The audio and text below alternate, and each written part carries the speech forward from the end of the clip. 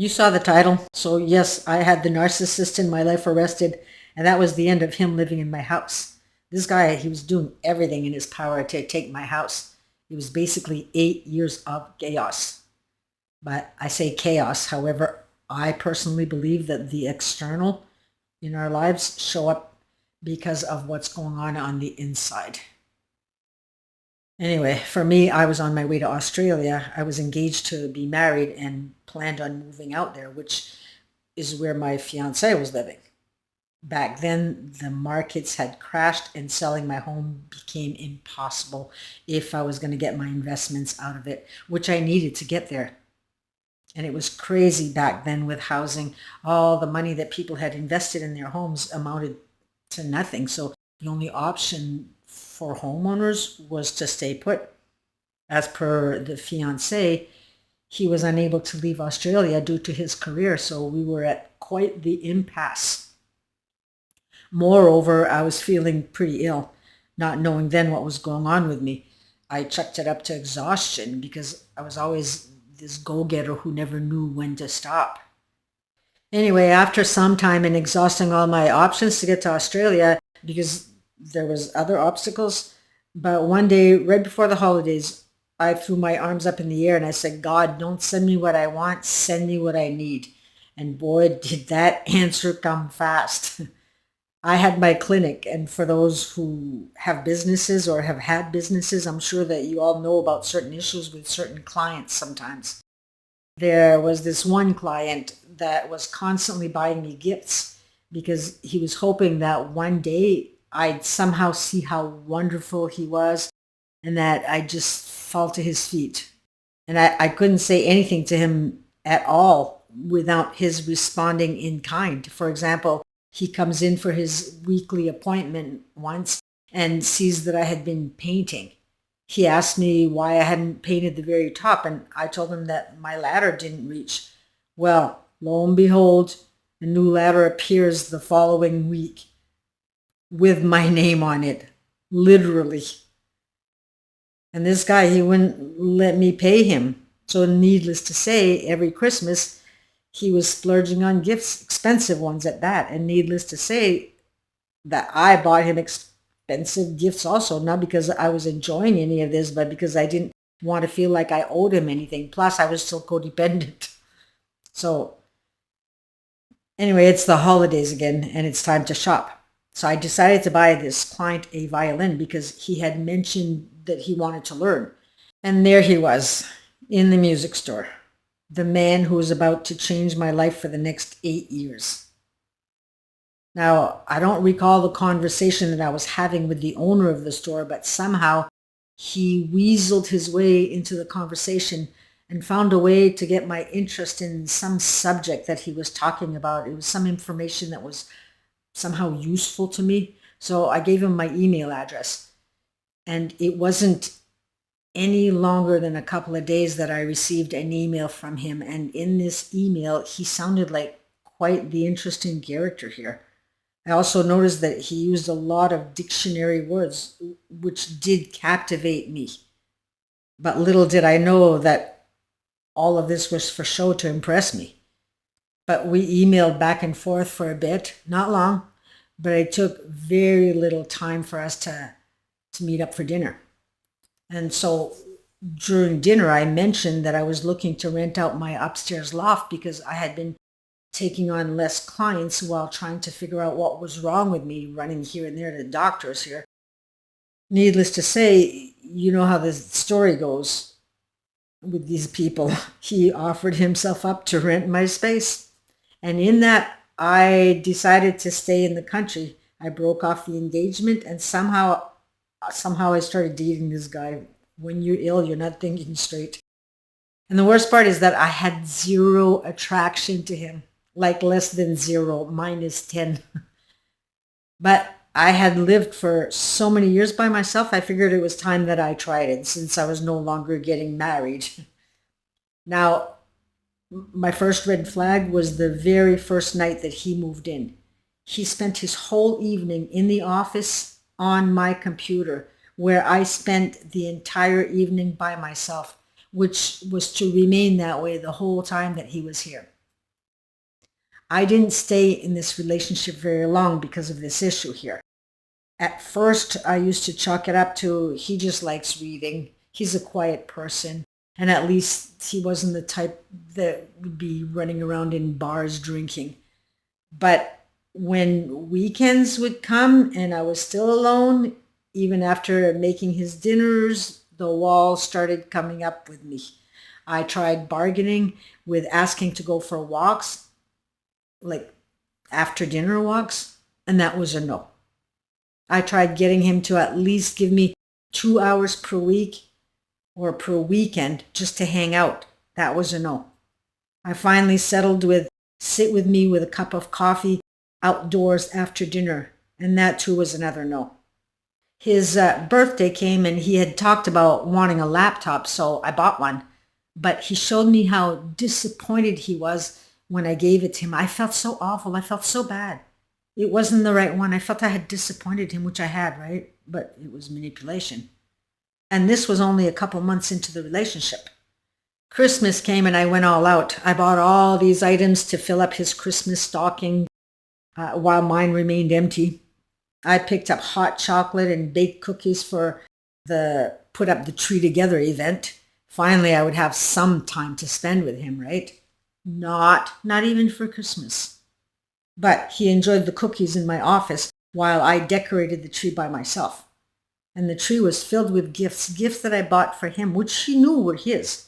I even bought him a top-of-the-line notebook, which I got yelled at for buying as he insinuated that I knew nothing about technology. Meanwhile, he bought me a pair of dollar store scissors, and that was the Christmas present I got. And the scissors were a replacement for the ones that he had broken. He had even used my wrapping paper and Scotch tape to wrap the gifts that he got for his friends, and they weren't scissors. So that was that. I stuck it out for a little longer, and I was done. Where I told him that he could continue staying on as a renter, but that was it. And looking back now, I see that it made no difference to him. Oh, and I do want to mention 2 times that he offered to go for a walk with me. The first time, I was wearing a tight sundress, and I hadn't asked him to go for a walk here. He looked at me and said, "I'll go for a walk with you if you keep that dress on." The second time, it was mid-February, the coldest night of the winter. It was a huge blizzard, and he comes flying downstairs to my living room and says, "Get your coat on, we're going for a walk." I remember feeling a sense of relief once I ended things with him, and I still had the extra income coming in while I ran from doctor to doctor trying to figure out what was wrong with me. So win-win, right? Not. And then at the same time, because it was so confusing back then, it was also a blessing in disguise to have him there because this guy was cerebral and in constant research. And once they found out what was wrong with me, which was late-stage Lyme disease, he was there to explain a protocol that he had researched for years. This protocol was about to be an uphill battle that I would have to embark on if I wanted to heal without taking 1,000 prescriptions. And moreover, I was to get really ill before getting better. So doing it alone was not an option. So I agreed to this. So since he's helping me, I would help him, right? I'm letting him use my vehicle. Little did I know that my lending him my vehicle meant that it was his vehicle in his head. All my vehicles, actually. I did get really ill like I said I would, and I ended up shutting down my practice, and I was in bed for 9 long, painful months. And in this, I didn't get to see a lot of the stuff that he was up to. For example, he turned my whole basement into a grow-up. I mean, I could have lost my house. By the time I was ready to drive my vehicle again, it looked like a garbage bin on wheels. He quickly did something to the vehicle to make it scary for me to drive, as he did with my other vehicles after that. So I was stuck in the house. Anyway, so as I'm healing, which was just layers little by little, but as soon as I was able to, I purchased a train ticket to go see my son. He had gone into my purse and he took the ticket out so that I would miss the train. I'd get there with no ticket. That stress made me so ill that I ended up back in bed that day, unable to function at all. So I had asked him to contact my son and explain what happened. And what he had explained was that he took it out of the purse to make sure it was the right time and he forgot it. Little did I know that this had all been done purposely, right? But he never called my son. And there he was at the train station waiting for me to get off the train. And I was nowhere to be found. My son didn't speak to me for years after that. And I didn't know why. I thought he was angry because I didn't go down. I didn't know that he had never phoned him. It was such a confusing time. Here he was there for me in my scary illness, yet strange things were going on. And once I was able to spend more time out of bed, I started getting back to the business of taking care of my house. And the first thing that I tried to do was get rid of an old piano that I had. So I placed an ad for a free piano, and he had a fit. No one was allowed to come get the piano because these people were strangers that could later break into the house and steal his valuables. He owned nothing but musical equipment. But what could I say? Later on, I decided to make changes in one of my bathrooms, but I wasn't allowed to hire anyone for the same reason. So he would do it. Fine. Works for me. I just wanted the job done. But this started a whole new set of issues because as he walked around always making whatever changes I needed in the house, never allowing me to hire anybody, he's now got it into his head that he's owning my house. And the worst part, I was clueless that this was what he was up to. I would try to start my own projects and he'd butt in telling me I wouldn't do it right, get out of the way. But he'd start and he'd leave everything unfinished for months, leaving tools and dust all over the place. And he knew I can't stand messes. And if I dared move a tool off the floor so that I could at least wash my floors, I was punished for it. Name called, yelled at, locked out of my house, breaking my things, stealing my things, you name it, he did it. And in this, I'm still on this protocol. And every time I move into major inflammation and I'm back in bed, he's right there by my side explaining to me what's happening and that I would be okay. So he knew what to do. He made me feel safe in the scary times. He was trauma bonding me. I was so confused. People around me were confused, trying to figure out if we were a couple or not because it sure looked that way. He'd taken over my life. Eventually, I was able to read again. Before that, I couldn't be exposed to laptops and phones due to the light sensitivity. But once I was able to, I immediately started studying the behavior. I took courses, and then I took more courses in the healing part of me in all of this. Narcissistic abuse awareness and how to heal became my life as I was healing and buying every book on Amazon regarding both NPD and the healing traumas. He noticed, and things got worse. It had become impossible to be around him. But now, how do I get myself out of this situation? Because every time I told him to leave, his response was, you leave. This is my house. And this guy knew more about law than his own friend who was a lawyer. And looking back, when I first met him, he had asked me if I knew anything about squatting. I'd never heard about that before. So he was already looking into it before even moving into my house. He sent me all this information on it back then, just out of mere interest, out of curiosity. So I thought, right? I thought that was comical. That's, well, not comical, but interesting. But now it had become my nightmare. Regardless, I used radical acceptance for the time being, and I continued healing the parts of me that had attracted narcissism in the first place, along with the Lyme disease. And the more I healed, the worse he got.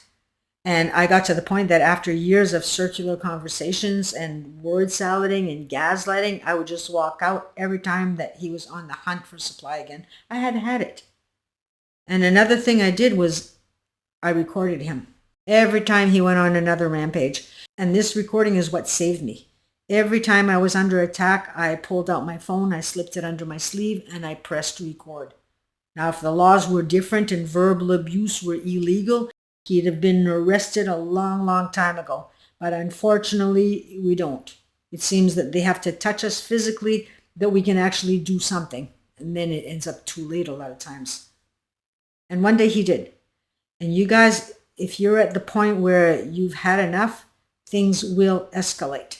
You never know what they're capable of until it's too late. So do what it takes to keep yourself safe here. Bear spray is something I kept near me. Anyway, the day that he was arrested, it was morning, and he went out to the garage to feed a couple of kittens that this stray cat had just had, and he had set up a bed and warmth for them until he could find homes for the little family. And I already had 2 cats.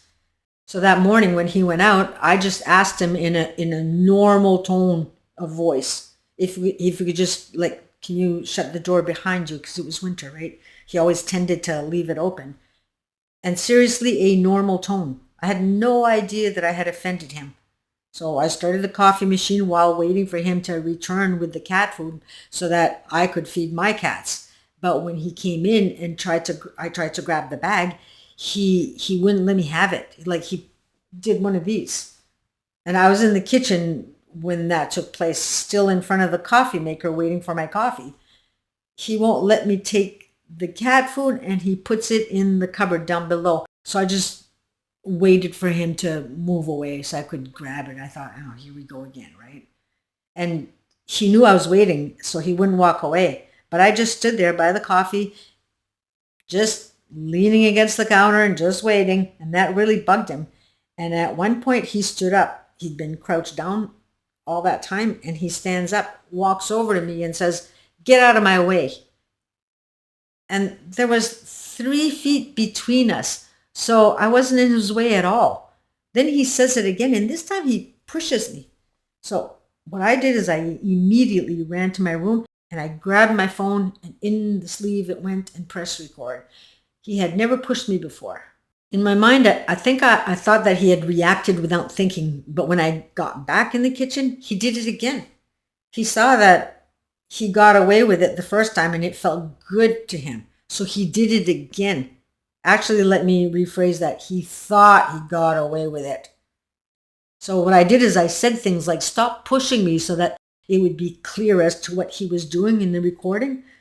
So now I walked back out of the kitchen. I had my proof now. So before going to the police station, I went to my room and I had my coffee. He went outside somewhere. But by the time that I was ready to leave, I take my cup back out to the kitchen, where lo and behold, the mail had arrived and he had opened my mail. And I think that part bothered me even more than the pushing. It was a utility bill. So in he walks while I have this open envelope in my hands. And so I immediately called him out. And he responded with, "This is my house, so I have every right to the bills." Which I was paying for, by the way. This guy had my vehicles for 8 years and never even made one insurance payment. But I just looked at him with disgust, because now that he thought that he got away with pushing me, he was seeing himself as the one who was now taking complete control. Buddy did not know what a bad day he was about to have. So, needless to say, I took myself to the police station. I showed the recording. They had me do some type of video testimonial type of thing, which I did. And that was that. They went out to the house and arrested him, handcuffs and all. I also had papers drawn up that he had no right to be X amount of miles around me. So now the officers, they tell me that all was good and I could just go home. But after a few hours, I heard from them again. I received a phone call with them asking for me to change the locks immediately and to not spend the night by myself. He said that he had thought him to be dangerous. But the point is that we really have no idea who we're dealing with. The way I saw his reaction to opening my mail after pushing me, I knew that had I stayed, the next step would have been more than a push. Abusers are known for picking up where they left off, so if it starts with a push, the next time it could be a slap or a punch or a gun. Some move faster than others. So I'm hoping that this story that I'm telling you today just isn't serving entertainment purposes here, but more as an eye-opening story that might get you to keep your eyes open a little wider. In today's day and age, it seems the violence is getting worse. So do take care of yourselves. If you plan on leaving a narcissist, make sure to cross all of your T's and dot all of your I's. You want to protect yourselves and your children also if you have little ones. So this is all for today, and we shall see you in the next video. Bye for now.